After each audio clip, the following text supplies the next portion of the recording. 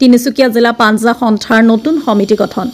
পিপল পাঞ্জা সন্থা অসমৰ অধীনত থকা তিনিচুকীয়া জিলা পাঞ্জা সন্থা আৰু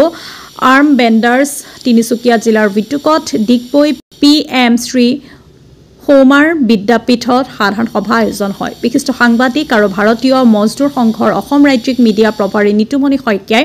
সভাপতিত্ব কৰা সভাখনত তিনিচুকীয়া জিলা পাঞ্জা সন্থাৰ নতুন সমিতি গঠন কৰা হয় সমিতিখনত সভাপতি দিগন্ত কুমাৰ ফুকন উপসভাপতি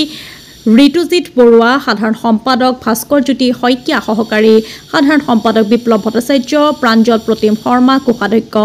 অনিতা গোৱালা আৰু প্ৰচাৰ সম্পাদক হিচাপে আব্দুল কাদিৰক দায়িত্ব অৰ্পণ কৰা হয় দায়িত্ব অৰ্পণ কৰা নতুন সমিতিখনৰ সভাপতি দিগন্ত কুমাৰ ফুকনে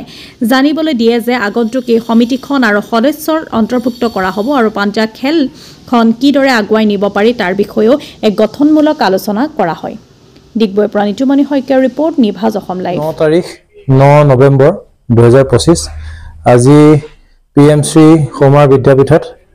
এখন সাধাৰণ সভা অনুষ্ঠিত কৰা হৈছিল তিনিচুকীয়া জিলা পাঞ্জা সন্থাৰ যিখন সমিতি সেইখন পুনৰ গঠনৰ উদ্দেশ্যে আৰু হেয়া আমবেণ্ডাৰ্ছ তিনিচুকীয়া সৌজন্যত উদ্যোগত কৰা হৈছিল অনুষ্ঠিত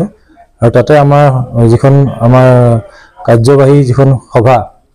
বা যিখিনি কাৰ্যবাহী সদস্য সেইখিনি আমি নতুনকৈ পুনৰবাৰ পাবলৈ আমি ইয়াত সমৰ্থ হলো আৰু আমি আশা কৰিছো যে এই নতুন সদস্যসকলে